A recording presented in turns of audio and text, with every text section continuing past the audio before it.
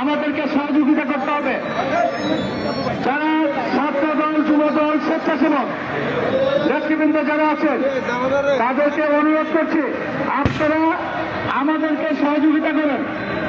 সহযোগিতা করতে হবে এই কারণে, আমাদের যারা দূর দূরান্ত থেকে ইতিমধ্যে আমাদের মাঝে এসেছে, আপনারা কাতার বন্দী হয়ে যান এবং কাতার বন্দী করার জন্য সবাইকে সহযোগিতা করতে হবে। প্রিয় মুসলিম ভাইরা যারা রাস্তার দিকে দাঁড়িয়ে আছেন, আপনাদেরকে অনুরোধ করছি আপনারা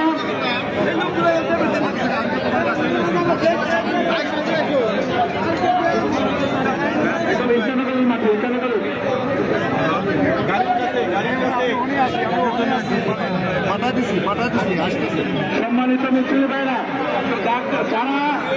যারা দেখতে চাচ্ছেন তাদেরকে সুন্দর করে লাইন দাঁড়িয়ে আপনাকে দেখার জন্য অনুরোধ করছি।